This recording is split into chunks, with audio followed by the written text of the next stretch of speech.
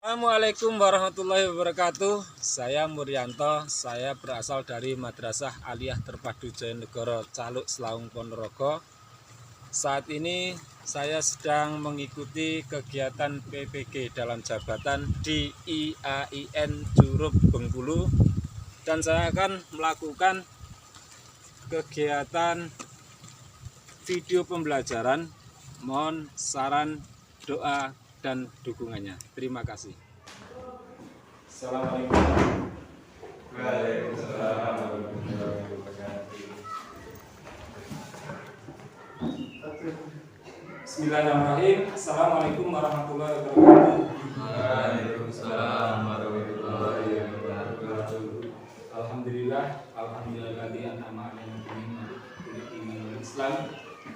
Asyhadu an la ilaha illallah malikul alam wa asyhadu anna Muhammadan abduhu wa rasuluhu sayyidul akhirin wal akhirin. Apa kabar anak semuanya? Baik, Pak. Alhamdulillah. Semua sehat ya? Sudah siap untuk belajar? Ya. Oke. Terima kasih. Sebelum kita memulai pembelajaran, mohon untuk kepala kelas menyiapkan teman-temannya untuk berdoa. Silakan. Doa. Mulai.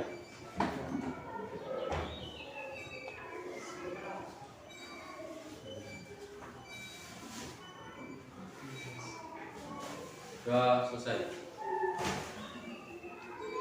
Alhamdulillah. Semoga pembelajaran kita kali ini berjalan dengan lancar dan mendapatkan ilmu yang bermanfaat. Oke, saya akan mengabsen. Teman-teman ada yang tidak hadir hari ini? Ada Pak. Oh iya. Kemana? Ada yang ikut lomba Pak, perseni. Ikut lomba perseni.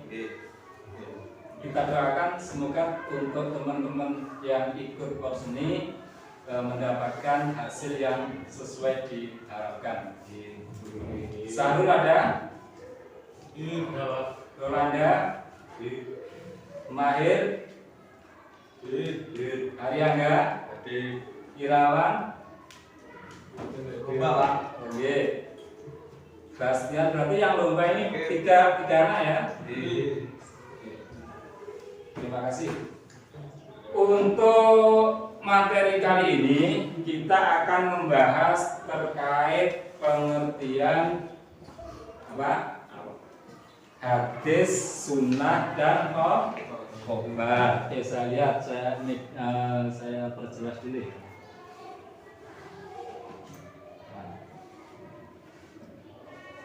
Nah, pengertian hadis, sunnah, asar, dan khobar. Ada yang sudah tahu dengan pengertian ini? Belum?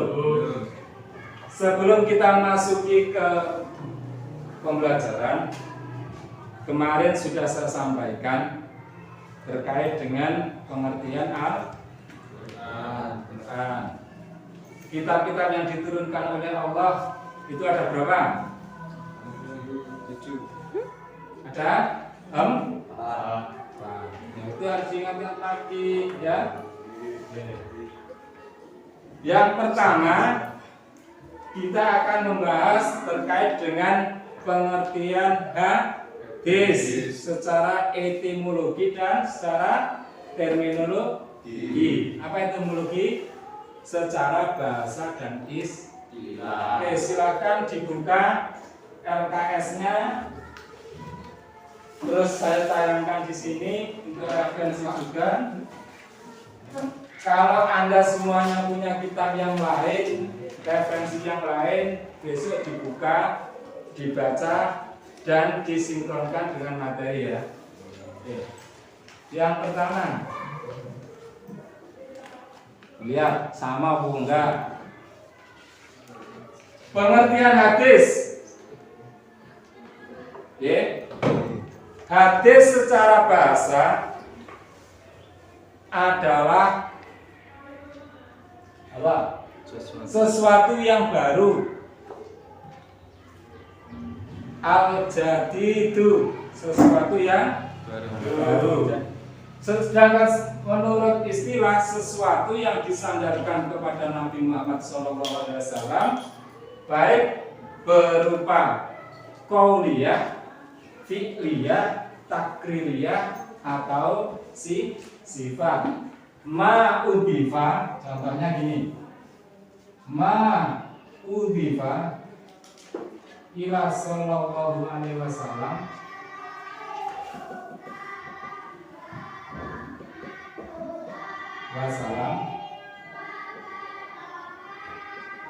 qaulin au fi'lin wa fi'lin wa takririn au wasfin. Papan tulisnya bisa dihapus ya. Ini Pak. Jadi sunnah secara istilah itu segala sesuatu yang disandarkan kepada Nabi yang berupa qaulin itu ucapan, au fi'lin atau perbuatan, au takririn atau kebiasaan Nabi, au wasfin atau sifatnya Nabi. Sampai sini ada yang ditanyakan? Tidak ada yang ditanyakan? Jelas? Oke, saya lanjutkan ke yang selanjutnya.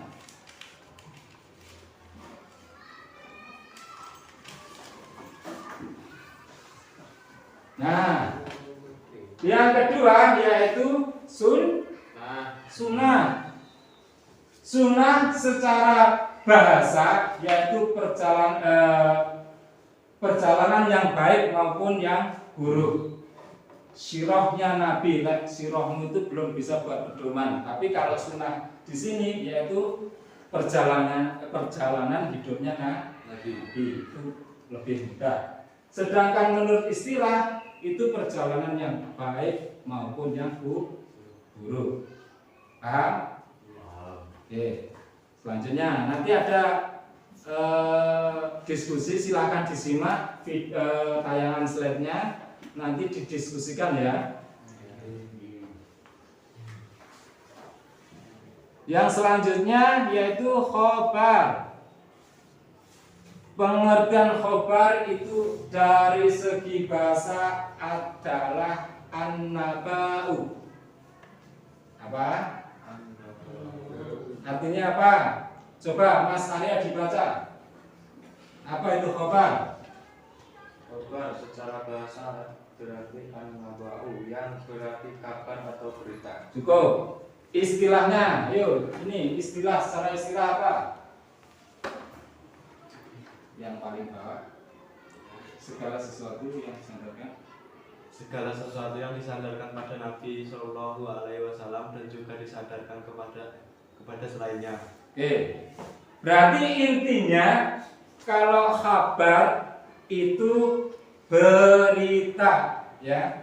Secara bahasa artinya berita.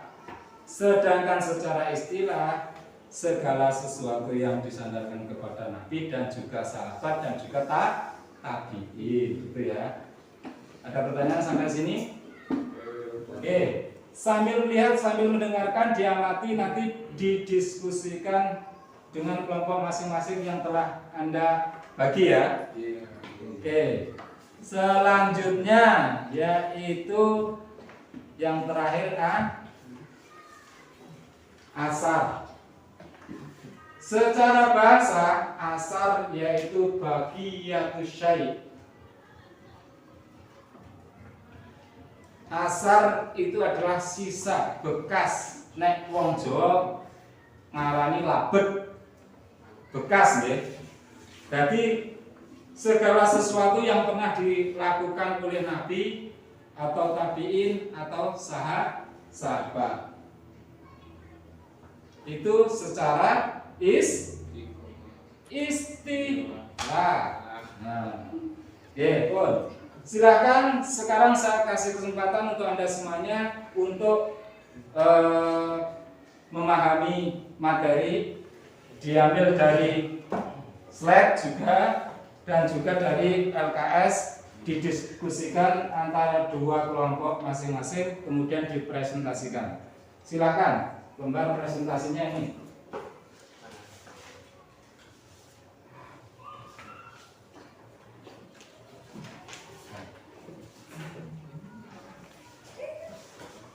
Oke, saya kasih waktu 5 menit. Dideskripsikan pengertian antara sunnah hadis, sunnah khobar dan asar. Yuk, diskusikan.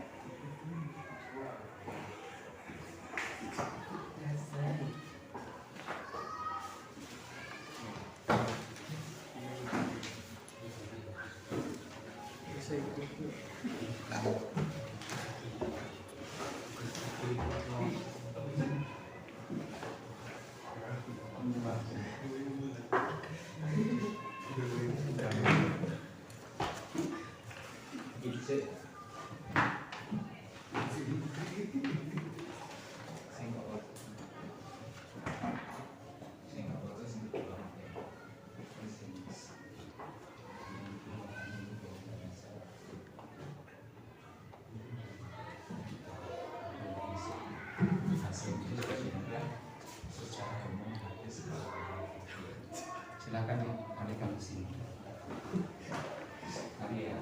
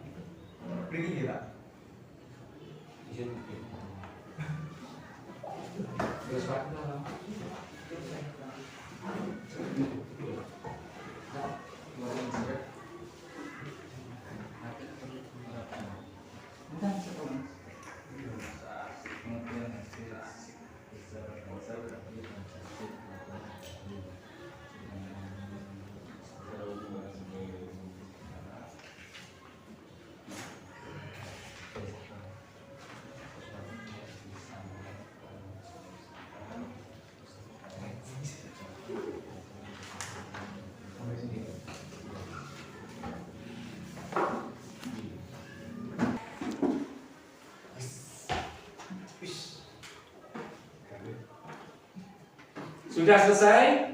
Ya, Pak. Oke, silakan salah satu teman maju untuk dipresentasikan hasil diskusinya.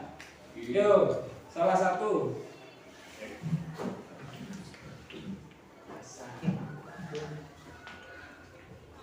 Pak, hasilnya, yuk sampaikan kepada teman-teman. Ini hasil diskusi dari kelompok pengertian hadis.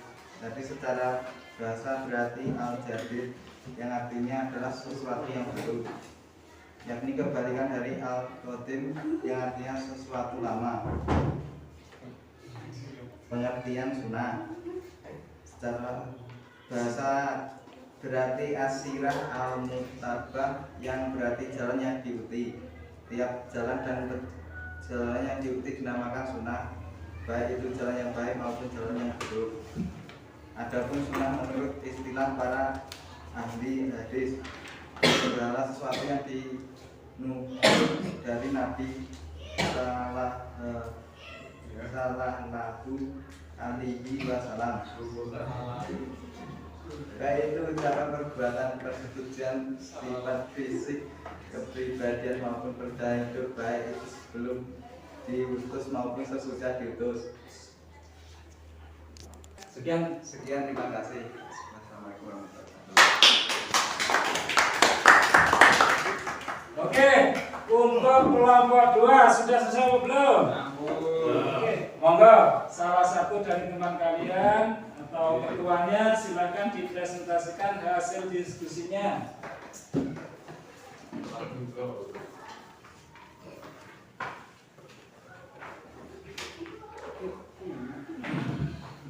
Hasil dari kelompok saya, secara umum hadis itu ada yang berupa perbuatan, perkataan maupun persetujuan atau penetapan. Sedangkan pengertian khobar secara bahasa berarti anaba, yang berarti khobar atau berita. Adapun secara istilah khobar ini semakna dengan hadis, sehingga memiliki definisi yang sama dengan hadis. Sekian, terima kasih. Terima kasih.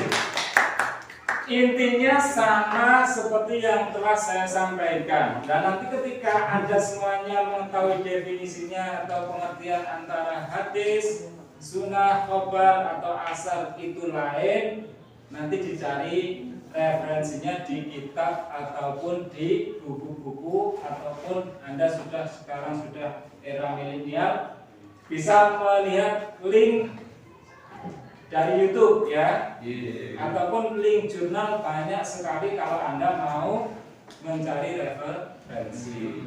Sampai di sini ada yang mau ditanyakan apa enggak? Ada yang ditanyakan? Silakan. Oh ya, Ke kelompok sebelah. berdiri dulu, perkenalkan nama dulu. Perkenalkan, nama saya Aryan Gamian Surya dari kelompok 1, ingin bertanya ke kelompok 2. Ya. Apakah umat Islam harus mengikuti sunnah Nabi? Oke, pertanyaannya, apakah umat Islam harus mengikuti sunnah Nabi? Silahkan ditanggapi. Sunnah adalah perbuatan Nabi semasa hidup. Melakukan perbuatan sunnah bukanlah wajib ataupun fardu, namun hukumnya sunnah. Artinya apabila dikerjakan maka orang tersebut akan mendapatkan pahala, dan apabila ditinggalkan tidak mendapatkan dosa. Jadi ada sunnah yang memang dianjurkan untuk dikerjakan seperti memelihara janggut dan lain-lain. Namun hal itu bukanlah suatu yang wajib, namun alangkah baiknya apabila dikerjakan. Cukup? Terima kasih. Berarti pertanyaannya sudah ditanggapi, sudah dijawab. Mungkin ada sangkaan atau enggak? Ya. Masih ada pertanyaan atau tidak? Masih Pak, Oh, untuk kelompok atau untuk saya? untuk kelompok 1, Silakan, monggo. Ayo disiapkan untuk teman-teman diskusinya. bagaimana tips dan trik menurut Anda supaya kita dapat mengamalkan hadis Nabi dalam kehidupan sehari-hari? Saya ulangi. Bagaimana tips atau cara Anda untuk mengamalkan sunnah-sunnah Nabi dalam kehidupan sehari-hari? Agar kita dapat mengamalkan hadis dalam kehidupan sehari-hari, sebelum itu kita harus memahami dan lebih mengenali apa hadis itu sendiri. Kita mempelajarinya, mengetahui macam-macamnya dan hal-hal lain mengenai hadis. Dan pasti juga kita harus lebih banyak membaca dan menghafal hadis sedikit demi sedikit karena jumlah hadis sangat banyak. Kita juga harus istiqomah pada tujuan kita untuk mengamalkan isi hadis, dan yang pasti kita bisa mengamalkan isi hadis seiring ataupun setelah kita bisa mengamalkan isi Al-Quran. Ya, terima kasih. Terima kasih. Kalian sudah saling memberikan soal dan sudah kelompok lain sudah memberikan jawaban. Nah, apakah kalian suka, senang dengan pembelajaran seperti ini? Suka, Pak. Alhamdulillah. Kalau begitu nanti semoga lebih baiknya kita akan belajar dan belajar lagi dengan menggunakan inovasi ya. Masih ada pertanyaan? Pak. Ya. Enggak mundur dulu ya Pak. Ya, silakan. Apa fungsi hadis yang dikaitkan dengan Al-Quran dan serta contohnya? Fungsi hadis, pertanyaannya sangat bagus sekali. Berani bertanya sedetail itu, saya akui sangat bagus sekali. Fungsi hadis yang dikaitkan dengan Al-Quran. Hadis walaupun itu dikerjakan boleh dan tidak dikerjakan juga boleh, tapi kaitannya dengan Al-Quran. Hadis merupakan penjelasnya Al-Quran. Nek Al-Quran itu redaksinya cuma, contohnya sekalian saya jawab contohnya ya. Contohnya di Al-Quran itu perintah untuk melaksanakan sholat. Itu di Al-Quran tidak dijelaskan bagaimana tata caranya, bagaimana hukum sholat tersebut, itu tidak ada. Nah, yang mengkaitkan itu adalah hadis. Contohnya, Anda sholat, shollu kama ra'aitumuni usolli. Sholatlah sebagaimana engkau melihat aku sholat. Nah, itu hadisnya di situ. Nek mong sholat tok, redaksi dalam Al-Quran perintah sholat, kita tidak tahu ketika tidak ada yang mengerjakan. Nah, sholat duhur 4 rakaat, Nabi melaksanakan sholat duhur 4 rakaat. Berarti itu hadisnya kita mengikuti fi'liyahnya Nabi mengerjakan sholat duhur 4 rakaat. Jelas? Ada yang ditanyakan terkait dengan ini? Oke, terima kasih. Ada pertanyaan lagi yang bertanya? Oke. Apa hukum baca hadis qudsi? Hukum membaca hadis qudsi itu saya jelaskan lagi. Hukum di dalam membacanya harian biasa atau membaca hadis qudsi ketika sholat. Ya. Kalau hukumnya membaca hadis qudsi itu beda dengan Al-Quran. Walaupun kalau Al-Quran kita membacanya harus dalam keadaan suci, tapi hadis qudsi boleh ketika kita membacanya dalam keadaan tidak suci. Contohnya nemu lembaran langsung kita baca, ternyata itu hadis qudsi, itu boleh kita membacanya. Nah, di dalam sholat hadis qudsi tidak boleh digunakan untuk bacaan dalam sholat, gitu ya, paham? Oke, terima kasih. Masih ada apa enggak pertanyaannya? Badan. Ya. Masih ada apa tidak? Masih. Ada. Silakan tanya. Apa yang dimaksud hadis qudsi, Pak? Di awal sudah saya tulis terkait dengan pertanyaan ini Mas siapa? Mas Adi tadi ya.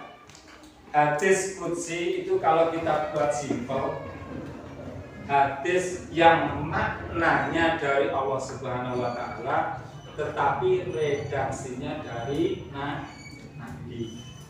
Ya. Untuk lebih detailnya, untuk memotivasi sampean semuanya, kalian semuanya silakan jangan sampai Anda bosan belajar. Oke? Masih ada pertanyaan? Oke. Tugas untuk Anda semuanya pada materi ini silakan dikerjakan LKPD-nya. Nanti saya tunggu di kantor. Silakan kalau sudah selesai satu orang mengumpulkan menemui saya di kantor ya. Silakan dikerjakan LKPD-nya. Dikerjakan nanti dikumpulkan. Jangan lupa dikasih nama sama nomor sesuai absen ya. Kalau memang sudah tidak ada yang ditanyakan, mungkin pembelajaran yang akan datang kita akan membahas terkait dengan siklus yang kedua, yaitu perbedaan antara hadis, sunnah, dan khobar dan asar serta implementasinya. Bagaimana perbandingannya, perbedaan antara hadis, sunnah, khobar dan asar. Terus yang selanjutnya saya mohon untuk kalian semuanya, karena kondisi cuaca seperti ini harus pintar-pintar Anda bagaimana menjaga diri Anda semuanya biar terus bisa belajar dalam kondisi sehat, karena cuacanya ekstrim sekarang, panas ya. Oke, untuk mengakhiri adalah kita tutup pertemuan kali ini bersama-sama dengan bacaan hamdalah. Alhamdulillah. terus belajar, jangan lupa untuk selalu datang tepat waktu ya, karena tadi saya lihat masih ada yang kurang disiplin. Semuanya seharusnya sudah masuk jam awal, tapi ternyata masih ada yang ketinggalan. Untuk besok silakan disiplin lagi ya. Akhiran, semoga ilmu yang kita dapat nanti menjadi ilmu yang manfaat, barokah. Akhiran bila taufiq wal hidayah, Assalamualaikum warahmatullahi wabarakatuh.